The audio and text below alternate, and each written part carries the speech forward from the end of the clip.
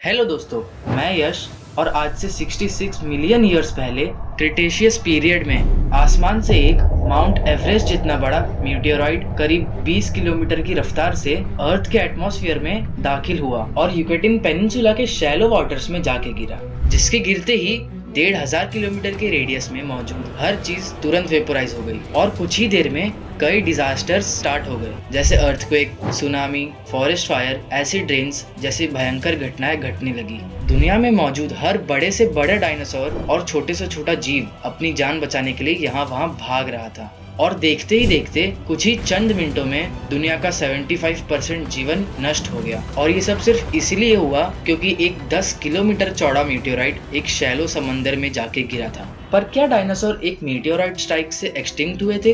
क्योंकि कुछ साइंटिस्टों का ये भी मानना है कि डायनासोर असल में एक बड़े वॉल्केनिक इरप्शंस और उससे निकलने वाली टॉक्सिक गैस की वजह से विलुप्त हुए। वैसे रीजन जो भी हो, वो इम्पैक्ट इतना जबरदस्त था कि 20 किलो से कम वजन वाले जीव ही जिंदा रह पाए। पर सिर्फ छोटे जीव ही क्यों बच पाए, बड़े क्यों नहीं? इन सभी बातों को समझने के लिए हमें ये जानना होगा कि उस वक्त क्या हालत रहे होंगे, और इसीलिए मैं लेके आया हूँ ये video. What happened after dinosaurs disappeared? अब जो इंडिया में मौजूद डेक्कन ट्रैप्स माउंटेन रेंजेस है, जिनको हम लोकली वेस्टर्न घाट्स या सह्याद्री माउंटेन्स के नाम से भी जानते हैं, वो हमेशा से ही दुनिया भर के साइंटिस्टों के लिए चर्चा का विषय रहा है। क्योंकि बहुत से साइंटिस्टों का ये मानना है कि डायनासोर्स के एक्सटिंक्ट होने में किसी मीटियोराइट का नहीं बल्कि एक बहुत बड़े वॉल्केनिक इरप्शन का हाथ है। कुछ वैसे ही इरप्शन जिसकी वजह से वेस्टर्न घाट्स बने।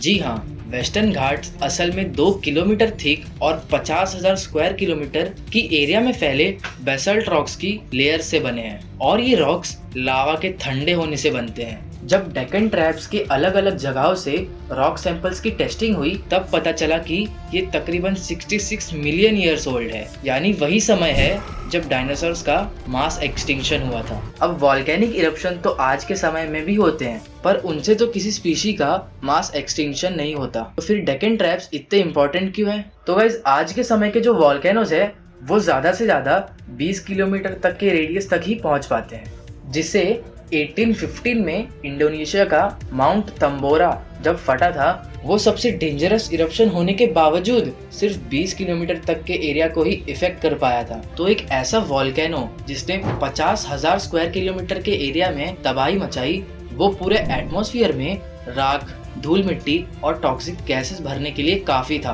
पर इस पहले इरप्शन को लेके ये भी थ्योरी है कि इस इरप्शन ने एटमॉस्फेयर में इतने डस्ट पार्टिकल्स और टॉक्सिक गैसेस भर दिए होंगे कि ज्यादातर बड़े डायनासोर्स के लिए ऑक्सीजन ही नहीं बची थी और उनका नंबर घटना शुरू हो चुका था। पर इवन ज्यादातर साइंटिस्ट आज भी मीटियोराइट स्ट्राइक वाली थ्योरी को इसीलिए फेवर करते हैं क्योंकि सिर्फ कुछ ही छोटे स्पीशीज जैसे टर्टल और अर्ली एंसेस्टर्स ऑफ क्रोकोडाइल ही जिंदा बच पाए, सारे छोटे जीव नहीं। तो वो सारे छोटे जीव कैसे एक्सटिंक्ट हुए? वेल, इसी वजह से एक्चुअल अपराधी आज भी मीटियोराइट स्ट्राइक को ही माना जाता है। इनफैक्ट कई लोगों का तो ये भी मानना है कि बाकी के 3 इरप्शंस एक्चुअली मीटियोराइट के टकराने से ही ट्रिगर हुए थे। तो अब जब आप जानते ही हैं कि एक्चुअल अपराधी कौन है, तो चलिए देखते हैं कि उस मीटियोराइट स्ट्राइक के वक्त जो मंजर था वो कैसा था। आज से 66 मिलियन ईयर्स पहले एक दिन एक 10 किलोमीटर चौड़ा मीटियोराइट अर्थ के एटमॉस्फेयर में दाखिल हुआ। उसका एटमॉस्फेयर के साथ टकराव इतना जबरदस्त था, एक सुपरसोनिक साउंड वेव क्रिएट हुई जिसकी आवाज इतनी लाउड थी कि प्लेनेट के दूसरी ओर मौजूद जानवरों के भी कान के पर्दे फाड़ दिए।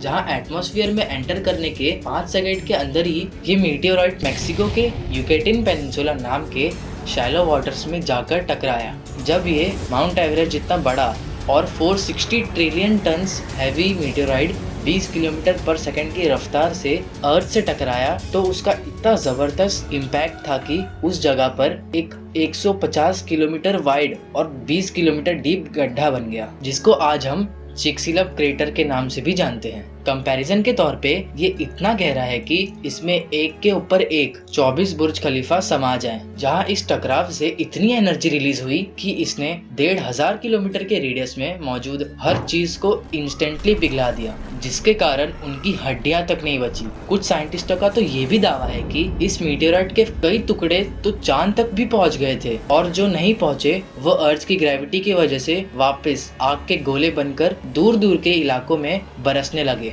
और इन सब की वजह से वही हुआ जो नहीं होना चाहिए था। टकराव की वजह से कुछ ही सेकंड्स में टेक्टोनिक प्लेट्स अपनी जगह से इतनी सरक गई थी कि पूरे प्लेनेट पर 12 मैग्नीट्यूड के भूकंप शुरू हो गए थे, और तो हर जगह से पृथ्वी के अंदर का लावा एकदम फट के बाहर आने लगा। जमीन पर रहने वाले हर जीव अपनी जान बचाने के लिए यहाँ वहाँ भाग रहा था, पर कुदरत का ये वहशी रूप कोई जानवर झेल नहीं पा रहा था, और देखते ही देखते 10 मिनट के अंदर ही पृथ्वी के 30% जीव खत्म हो चुके थे। वहीं दूसरी तरफ पानी में रहने वाले जीव डरे हुए तो थे, पर साथ ही साथ वो शायद ये भी सोच रहे थे कि वो पानी में सेफ है। बट क्या वो बच गए? क्योंकि तबाही का माहौल तो उन पे भी बरसने वाला था। बस कुछ ही और देर की कमी थी। मीटियोराइट इम्पैक्ट और वॉल्केनोस के कारण पृथ्वी पे मौजूद 50% से भी ज्यादा जीव खत्म हो चुके थे। पर कहते हैं ना, नेचर किसी को नहीं बख्शता। बस वो ही हुआ। वॉल्केनिक इरप्शन और फॉरेस्ट फायर ने पूरे एटमॉस्फेयर में CO2, सल्फर डाइऑक्साइड और कई टॉक्सिक गैसेस के कंसंट्रेशन को बढ़ा दिया, जिसकी वजह से बड़े जीवों को जिंदा रहने के लिए अच्छे से ऑक्सीजन नहीं बची थी। और तो और ये टॉक्सिक गैसेस बादल बनकर एसिड रेन के फॉर्म में बरसने लगी, जिसने वाटर बॉडीज को प्रदूषित करना शुरू कर दिया था। और यही वो समय था जब समुद्री जीव भी समझ गए कि अब उनका नंबर आने वाला है, क्योंकि कई सारे एक्वाटिक जीव इस हाईली टॉक्सिक पानी की वजह से मरने लगे थे, और सरफेस पे मौजूद टॉक्सिक पानी से बचने के लिए वो गहरे पानी की ओर तैरने लगे। पर मीटियोराइट इम्पैक्ट और अर्थक्वेक से जन्मी सुनामी उनके लिए मानो हर कदम पर मुश्किलें पैदा कर रही थी, और पोलर आइस देखते ही देखते पिघल गई, जिसने समंदर का स्तर ड्रास्टिकली इंक्रीज कर दिया, और पूरी दुनिया कई महीनों तक जैसे पानी के नीचे ही समा गई। इस वजह से पृथ्वी के 60 to 65% of all life forms विलुप्त हो चुके थे। अब अगर आप ये सोच रहे हो कि ये भी उसी दिन हुआ था कि जब मीटियोराइट स्ट्राइक हुआ था, तो बॉस ऐसा नहीं है। बर्फ के पिघलने का मंजर लगभग 4 से 6 महीने के बाद शुरू हुआ था। मतलब समझ रहे हो, पूरी पृथ्वी पे भूकंप, वॉल्केनिक इरप्शन, फॉरेस्ट फायर और जमीन से लावा निकलना अब तक कंटिन्यूसली ही हो रहा था। वैसे अगर देखा जाए तो बर्फ पिघलने से और सुनामी की वजह से अच्छी चीजें भी हुई थी। हर जगह लगी आग को इस बाढ़ ने बुझा दिया, जिसकी वजह से बचे हुए जीवों को चैन की सांस लेने का मौका मिला। पर उनके लिए सांस लेना अभी भी मुश्किल था। इन सभी डिजास्टर्स के बाद अराउंड 15 ट्रिलियन टन्स ऑफ ऐश और डस्ट हवा में मिक्स हुए थे, जिसने किसी बड़ी सी चद्दर की तरह पूरे पृथ्वी को ढक लिया था, जिसके टोटली कवर करने के बाद शुरू हुआ वो मंजर जिसकी कल्पना भी किसी जीव को उस वक्त नहीं थी।